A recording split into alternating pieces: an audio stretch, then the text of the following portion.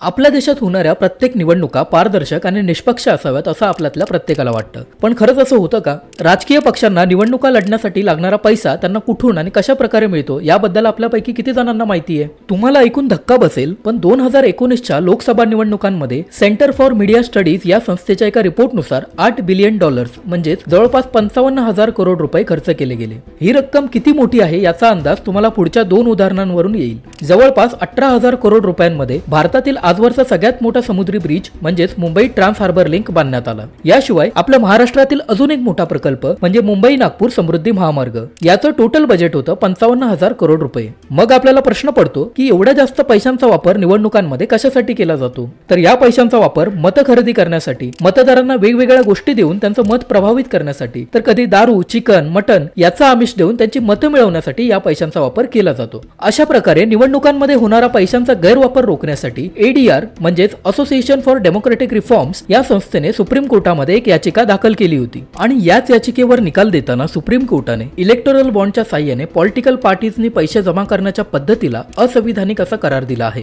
तर आजच्या या व्हिडिओच्या माध्यमातून इलेक्टोरल बॉन्ड योजना ही नेमकी काय आहे, याचा वापर विविध पॉलिटिकल पार्टीज कशा प्रकारे करतात, या योजनेमध्ये नेमक्या कोणत्या त्रुटी होत्या आणि शेवटी सर्वोच्च न्यायालयाने या योजनेला असंविधानिक असा करार का दिला, या सर्व गोष्टी आपण समजून घेणार आहोत। तर नमस्कार मित्रांनो, मी रजत आपल्या सर्वांचं स्वागत करतो एक्सप्लिकर मराठी या युट्यूब चॅनलवर। तर मित्रांनो, व्हिडिओ पुढे चालू करण्याआधी तुम्हाला एक रिक्वेस्ट करतो की अशाच वेगवेगळ्या विषयांवर आपण बरेच व्हिडिओ यापुढे देखील घेऊन येणार आहोत। त्यामुळे तुम्ही चॅनलला सबस्क्राइब केलं नसेल तर चॅनलला सबस्क्राइब करा आणि व्हिडिओला लाईक करा।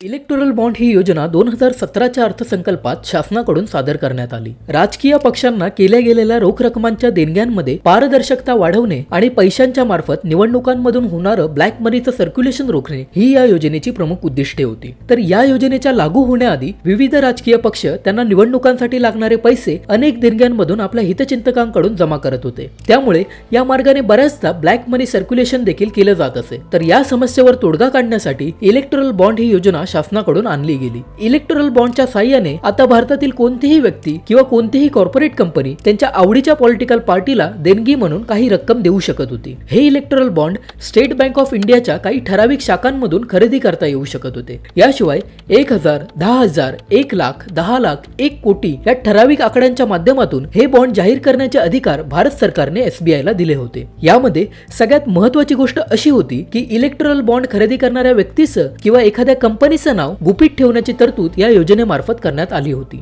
त्यामुळे कोणती व्यक्ती किती पैसे कोणत्या पॉलिटिकल पार्टीला देते हे समजणे कोणत्याही सामान्य मतदाराला अशक्य होते आणि यामुळेच संविधानातील राईट टू इन्फॉर्मेशन म्हणजेच माहितीच्या मूलभूत अधिकाराचं हनन या इलेक्टोरल बॉन्डच्या मार्फत केलं गेलं होतं। आपल्या सगळ्यांनाच माहिती आहे की आपल्या राज्यघटनेने आपल्या सर्वांनाच काही मूलभूत अधिकार दिले आहेत, ज्यामध्ये समतेचा अधिकार, स्वातंत्र्याचा अधिकार, माहितीचा अधिकार अशा बऱ्याच अधिकारांचा समावेश भारतीय राज्यघटनेच्या 3ऱ्या भागामध्ये कलम 12 ते 35 मध्ये केल्याचा आपल्याला दिसून येतो। न्यायालयाचं असं म्हणणं होतं की इलेक्टोरल बॉन्डच्या माध्यमातून अगणित राजकीय देणग्यांना परवानगी देऊन संविधानाच्या कलम 19 अंतर्गत माहितीच्या मूलभूत अधिकाराचं उल्लंघन शासनाकडून केलं गेलं आहे आणि लोकांना हे जाणून घेण्याचा अधिकार आहे की कोणती व्यक्ती किंवा कोणती कॉर्पोरेट कंपनी कोणत्या राजकीय पक्षांना आर्थिक मदत करत आहे।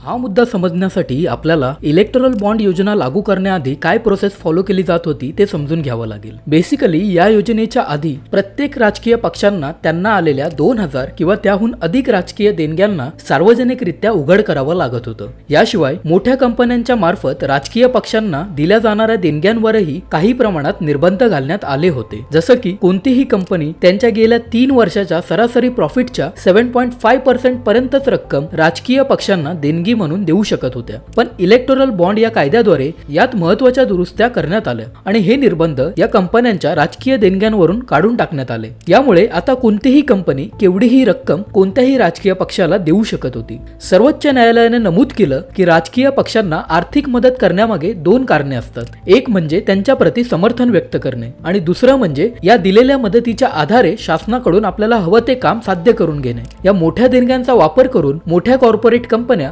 सरकारी धोरणं आपल्या फेवरमध्ये बनवून घेऊ शकतात. म्हणून मुख्य न्यायाधीशांनी असे मत व्यक्त केले की धोरणे प्रभावित करण्यासाठी केल्या जाणाऱ्या कॉर्पोरेट देणग्यांवर गोपनीयतेचा अधिकार लागू होत नाही आणि त्यामुळेच पॉलिटिकल पार्टीजना येणारी प्रत्येक मोठी देणगी ही सार्वजनिकरित्या उघड करावी लागेल. The representation of people act 1951 या कायद्यात आपल्या देशात होणाऱ्या प्रत्येक निवडणुकांमध्ये त्यांचं नियोजन, त्यांना लागणारी निवडणूक यंत्रणा, उमेदवारी अर्ज यासारख्या अनेक महत्त्वाच्या गोष्टींवर नियम घालून दिले आहेत, ज्याचं पालन प्रत्येक राजकीय पक्षाला करावं लागतं. या कायद्यांतर्गत अशी तरतूद केली होती की प्रत्येक पॉलिटिकल पार्टीला त्यांना आलेलं 20,000 पेक्षा जास्त रकमेची देणगी सार्वजनिक करावी लागेल. पण इलेक्टोरल बॉन्ड या योजनेमधून या नियमाला बाजूला वळवण्यात आलं. ही अट इलेक्टोरल बॉन्ड योजनेतून बाजूला करण्यामध्ये सरकारचा असा युक्तिवाद होता की जर एखाद्या पॉलिटिकल पार्टीला फंडिंग करणाऱ्याचं नाव गोपनीय नाही ठेवण्यात आलं तर पुढच्या काळात सत्तेवर असणारी पॉलिटिकल पार्टी त्यांच्या विरोधकांना फंडिंग करणाऱ्या व्यक्तीला किंवा कंपनीला अनेक अडथळे निर्माण करू शकते. या विषयावर सरकारसोबत सर्वोच्च न्यायालयाने आपली सहमती दर्शवली तरी सुद्धा न्यायालयाचं असं म्हणणं होतं की कोणत्याही पॉलिटिकल पक्षाला 20,000 पेक्षा अधिक येणारी देणगी ही प्रत्येक नागरिकाला माहिती असायलाच हवी आणि यामधूनच देणगी देणाऱ्याच्या गोपनीयतेचं आणि सामान्य नागरिकांच्या माहिती मिळवण्याच्या मूलभूत हक्कांचं संतुलन साधलं जाऊ शकतं. तर मित्रांनो, आपण पाहिलं की कोणत्या मुद्द्यांचा विचार करून सर्वोच्च न्यायालयाने इलेक्टोरल बॉन्ड ही योजना असंविधानिक ठरवली. पण मित्रांनो, सर्वोच्च न्यायालयाच्या या निर्णयावर तुमचं काय मत आहे हे नक्की कमेंट सेक्शन मध्ये आम्हाला कळवा. पुन्हा भेटू पुढच्या व्हिडिओमध्ये.